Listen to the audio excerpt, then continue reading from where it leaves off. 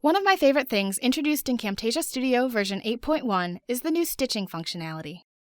You see, it used to be when you made a cut, Camtasia would remove the unwanted part of your clip and then create two clips with a split in between. Now, by default, those two clips will still come together, but instead of being split, they'll be stitched. The main difference is that split clips are treated as separate pieces of media, while stitched clips are treated as one.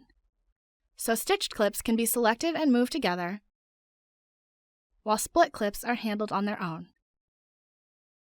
Since a split makes two separate clips, an animation or visual properties adjustment applied to the first one will not carry over to the next. So for example, if I apply a zooming animation at the end of this clip, it will remain zoomed in only until the clip ends. After the split, the next clip retains its original properties, in this case, a completely different zoom level. On the other hand, since stitched clips are treated as one, changes in properties will now carry over. So if that same animation is added on the left side of this stitch, the clip will remain zoomed in on the other side. In fact, you can even have animations that span stitches, something that's impossible with splits. The bottom line is that stitching makes timeline management easier and is especially great for projects with animations. But let's say you have a stitch somewhere on the timeline that you wish wasn't there. Unstitching is easy. Just right-click on the stitch itself and choose Unstitch from the menu. The stitch is replaced with a split. And if you have two or more clips you'd like to be stitched, you can do that manually. Just select the clips you want stitched together, right-click, and choose Stitch Selected Media.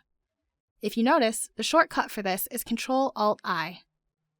If you're someone who prefers splits, you also have the option to turn off auto-stitching. Just go to Tools, Options, and then find the Enable Auto-Stitching checkbox. If you uncheck this, all future cuts will produce splits, just like they used to. And stitching will still be possible, you'll just have to do it manually.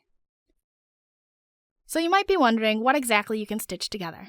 Well, as long as the clips are from the same source file, the file in the clip bin, you'll be able to stitch them together.